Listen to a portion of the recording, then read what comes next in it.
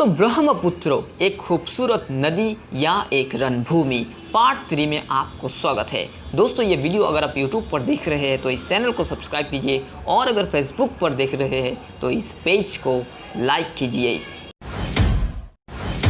Brahmaputra board Bharat सरकार द्वारा संसद के एक अधिनियम के तहत स्थापित ब्रह्मपुत्र पर सबसे महत्वपूर्ण निकाय है, यानी ब्रह्मपुत्र बोर्ड अधिनियम 1980 द मिनिस्ट्री ऑफ इरिगेशन सिंचाई मंत्रालय के तहत, जिसका नाम बदलकर जल संसाधन मंत्रालय कर दिया गया।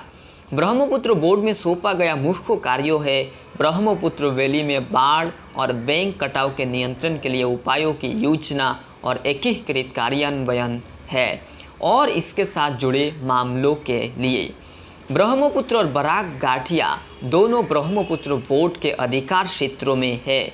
भले ही ये स्वतंत्र बोर्ड दो नदी घाटियों की बाढ़ और कटाव समस्या का बेहतर प्रबंधन करने के लिए स्थापित किया गया था, लेकिन इसकी गतिविधियाँ गंभीर सार्वजनिक आलोचना के तहत आई है।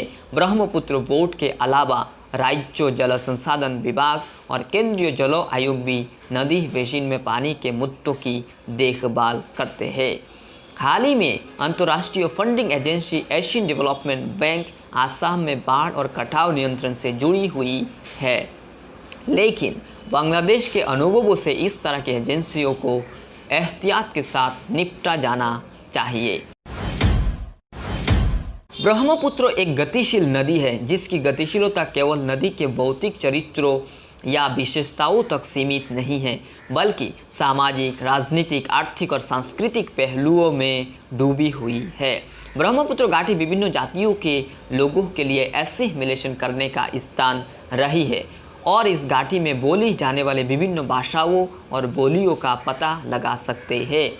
उत्तर पूर्वी क्षेत्र ब्रह्मपुत्र और बराक नदी बेसिन के अंतर्गत आता है, जो 166 से अधिक अलग अलग जनजातियों, 160 अनुसूचित जनजातियाँ और 400 से अधिक अन्य जनजातियाँ और उप आदिवासी समुदायों और समूह के लिए घर है, जो भाषाओं की एक विस्तृत श्रृंखला बोलते हैं।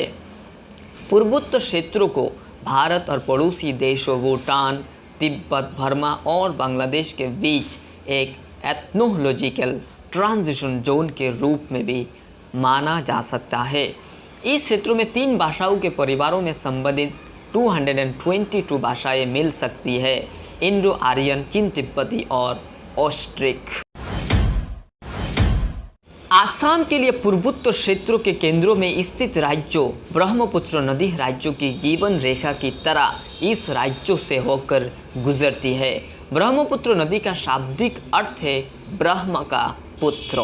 ये भारत के उन कुछ नदियों में से एक है जिन्हें पुरुष नदी माना जाता है।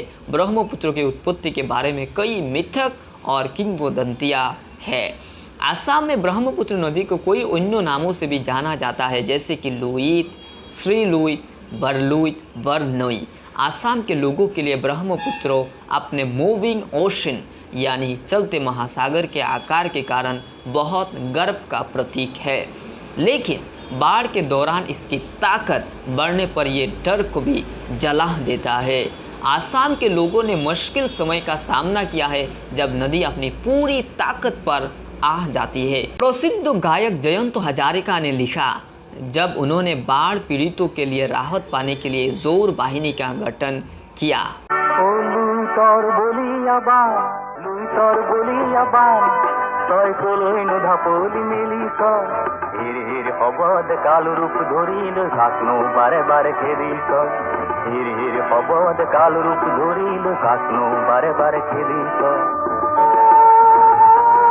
लेकिन यह नदी आसाम के लोगों के लिए भी ताकत का स्रोत है।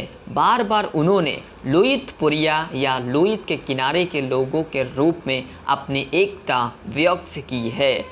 आसाम के प्रसिद्ध सांस्कृतिक आइकन ज्योति प्रसाद अग्रवाला ने 1942 में भारतीय स्वतंत्रता आंदोलन के दौरान लिखा था, লুইতর পারে আমি দেখালোরা মুড়ি বলে ভয় নাই।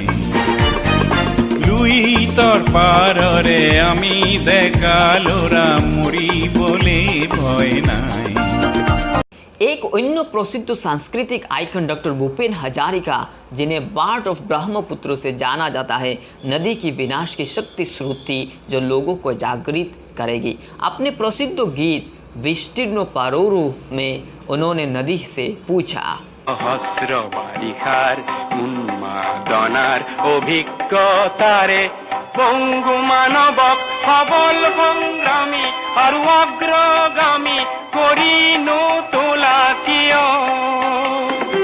ब्रह्मपुत्र घाटी को जलमग्न करने के लिए बांधों की बाढ़ का प्रस्ताव है। ये समय की ज़रूरत है।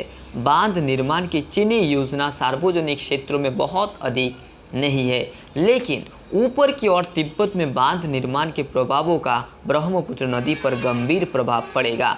इसके अलावा भारत सरकार द्वारा सियांग के जल को मोड़ने के लिए चीनी खतरे के दलदल का उपयोग तेज़ी से बांध निर्माण को धक्का देने के लिए किया जाता है, जो नदी के पारिस्थितिकी तंत्रों पर सभी सामाजिक, पर्यावरणीय, सुरक्षा, स्थिरता, जलवायु परिवर्तन चिंताओं और प्रभावों को दरकिनार करता है।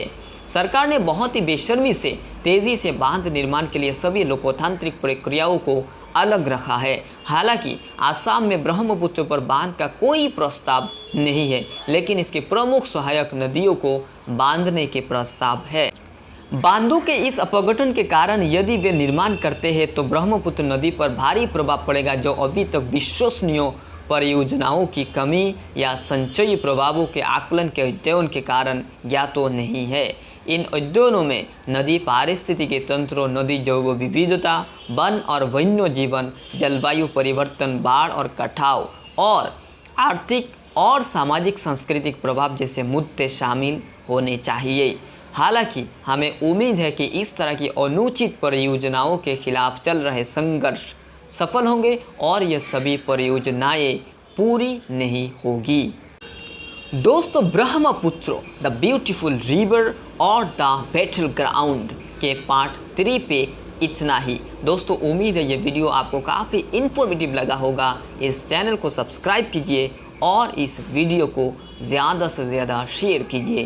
मिलेंगे इस तरह के और एक इन्फॉर्मेटिव वीडियो में ब्रह्मपुत्र द ब्यूटीफुल रिवर और द बैटल ग्राउंड के सभी एपिसोड्स में हर बार की तरह आपके ढेर प्यार के लिए बहुत बहुत शुक्रिया।